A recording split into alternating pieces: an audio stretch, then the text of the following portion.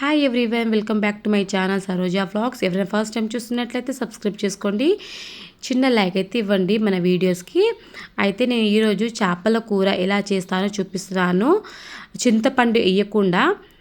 ఇప్పుడైతే స్టవ్ మీద ఒక ప్యాన్ పెట్టేసి దాంట్లో కొంచెం ఆయిల్ వేసుకున్న తర్వాత, ఆయిల్ కొంచెం హీట్ అయిన తర్వాత జీలకర్ర, పచ్చిమిర్చి, కరివేపాకు, ఆనియన్స్ ముక్కలు వేసుకుంటున్నాను. ఆనియన్స్ బాగా మగ్గడానికి నేను ఇక్కడ ముందుగా సాల్ట్ అయితే వేస్తున్నాను. సాల్ట్ వేయడం వల్ల మంచిగా మగ్గుతుంది, మంచి కలర్ అయితే వస్తుంది.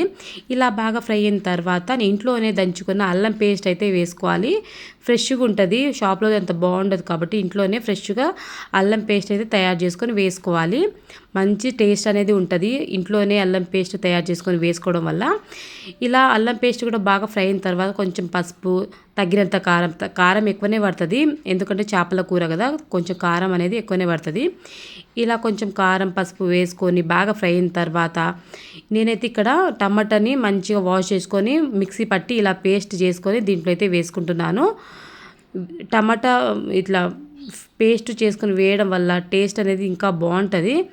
చింతపండు వేయట్లేదు కదా మనము, టమాటాతోని చేపల కూర అనేది చేస్తున్నాం కదా, అందుకనేసి పేస్ట్ చేసుకొని వేసుకోవాలి. ఇలా టమాటా కూడా మగ్గిన తర్వాత ఇలా మెల్లగా కలుపుకోవాలి. ముక్కలు వేసి గ్యాస్ సిమ్లోనే పెట్టుకోవాలి. ముక్కల్ని విరగొట్టకుండా ఇలా మెల్లగా కలుపుకోవాలి. నేను కొంచెం వీడియో ఫాస్ట్లో పెట్టాను కాబట్టి మీకు అలా కనిపిస్తుందేమో, స్లోగా కలుపుకోవాలి. కలుపుకున్న తర్వాత 2 మినిట్స్ ఇలా కొంచెం మగ్గిన తర్వాత వాటర్ అనేది వేసుకుంటున్నాను. నేను ఇక్కడ తగినంత వాటర్ అయితే వేసుకుంటున్నాను. ఇలా వాటర్ వేసుకున్న తర్వాత ఒక 2-3 మినిట్స్ బాగా మగ్గనివ్వాలి.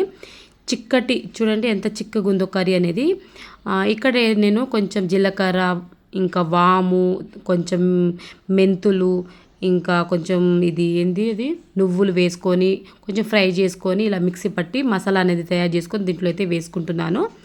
కొంచెం చిక్కగా తయారైపోయింది కదా మసాలా వేయడం వల్ల, కొంచెం మగ్గనించి ఆ తర్వాత కొంచెం ధనియాల పొడి, కొంచెం గరం మసాలా పొడి వేసుకొని ఇంకా 2-3 మినిట్స్ మగ్గనివ్వాలి. సింపుల్గా టమాటాతోని మంచిగా చేపల కూర అనేది రెడీ అయిపోతుంది. ఈ వీడియో మీకు నచ్చిందని అనుకుంటున్నాను. వీడియోగా నచ్చినట్లయితే లైక్ అండ్ సబ్స్క్రైబ్ చేసుకోండి ఫ్రెండ్స్. ఇక ఒక 2-3 మినిట్స్ ఇలా మగ్గిన తర్వాత మనము దీంట్లో